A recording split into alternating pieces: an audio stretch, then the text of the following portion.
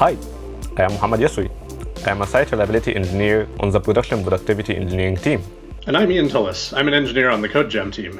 Today we're going to walk you through the adjacent and consecutive problem.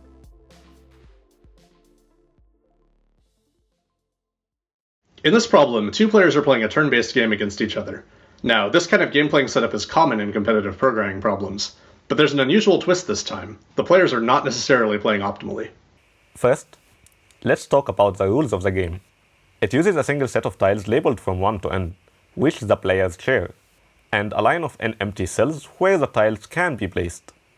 To start the game, player A chooses one of those tiles and places it into a cell.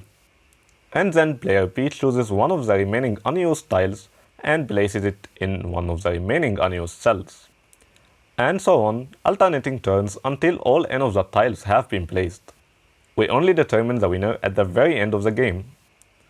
If there are any two adjacent tiles with consecutive numbers, that is, numbers that differ by exactly 1, then player A wins, just like in this example. Otherwise, player B wins, as in this example. Notice that no two tiles are adjacent and consecutive. In this problem, we are giving a complete record of a game, and our task is to find out how many mistakes each player made. This problem has a very specific definition of a mistake, and it has to do with the idea of a winning state. If I remember correctly, a player is in a winning state if they can guarantee that they'll win the game no matter what the other player does from now on, right? Exactly. Whatever moves the other player chooses, the player in a winning state can react in ways that ensure that they will win, and the other player will lose. For example, before any moves have been made at all, player A is in a winning state. To see why, imagine that we are player A. Let's place the 2 tile in the second cell from the left. Now it doesn't matter what move player B makes on their turn. At least one of the 2 cells next to the 2 tile will still be open, because player B can't block both of the cells with 1 tile.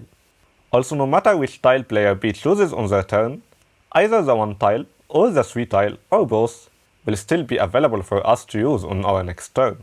So all we have to do is put it in one of those remaining cells, and we have ensured that we will win the game.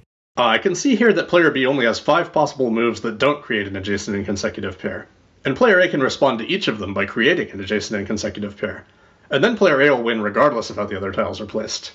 Now this is a winning state, but how is it related to making a mistake? Now we can define a mistake.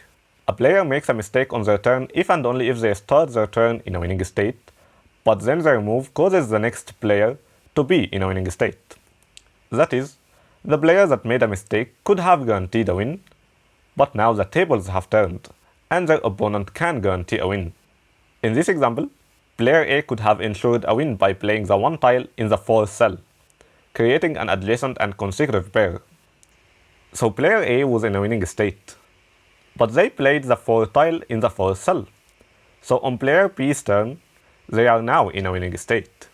Do you see why? Player B could play the 3 tile in the 1st cell, and then player A would have no choice but to play the 1 tile in the 5th cell. There'd be no adjacent and consecutive pair at the end of the game, so player B would win. Exactly. So player A has made a mistake. But notice that player B could also make their own mistake here by playing the 3 tile in the 5th cell, which would create an adjacent and consecutive pair. Got it. So one thing that's a little confusing. Suppose you and I are playing this game for real, and I'm the first player. Given what you just said, why would I ever make a mistake, let alone lose the game? In this problem, our players are not playing as thoughtfully as CodeJam contestants would.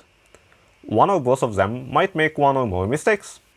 Sometimes characters in programming contest problems do strange things. And why can't we just tell from looking at the board whether the active player is in a winning state? It's pretty simple to check on those small example boards. This is trickier than it looks. For example, remember that a winning state for player A doesn't necessarily mean that there is already a pair of adjacent and consecutive tiles placed. Also remember that once we are past the first test set, the board can be quite large. Our finalists will have to find a clever and efficient way to handle these larger games. We are not going to fully explain the solution here, but Ian, how do you think you would begin to solve this problem? For the first test set, my first instinct might be to use brute force. Given a state, fully explore all future states that we can reach from there. If there's a move I can make that doesn't leave a winning state for my opponent, then I am in a winning state. Won't that still be too slow? Yeah, since if we're looking at a state early on in the game, we have to consider all possible ways the game could play out, right down to the end. So we'll need to refine the strategy. One important observation is that if we ever have two adjacent and consecutive tiles, there's no need to explore those states further. We can also use memoization, for example, to avoid checking the same state twice. But an exponential brute force approach is still going to be too slow. At least for a test set 2. Right? Yeah, and so we'll need to be clever. The solution feels like it's going to involve dynamic programming, but we can't just keep track of exactly which tiles have been used, because that's too many possibilities. Also, for the same reason, we can't keep track of exactly which cells have been used. So perhaps we can find a way to set the dynamic programming up such that we're keeping track of more compact sets of info on both the remaining tiles and the remaining cells. Another possibility is to try to solve it entirely via casework, but it's easy to overlook a possibility or otherwise make a mistake. Even for the DP solution, though, it's useful to do some casework. In particular, think about a turn for player A. Under what conditions can that player be sure to win on this turn or the next turn? How does it benefit player A if there are at least 3 consecutive open spaces left somewhere on the board, and at least 3 consecutively numbered tiles? Sounds like a good idea in progress.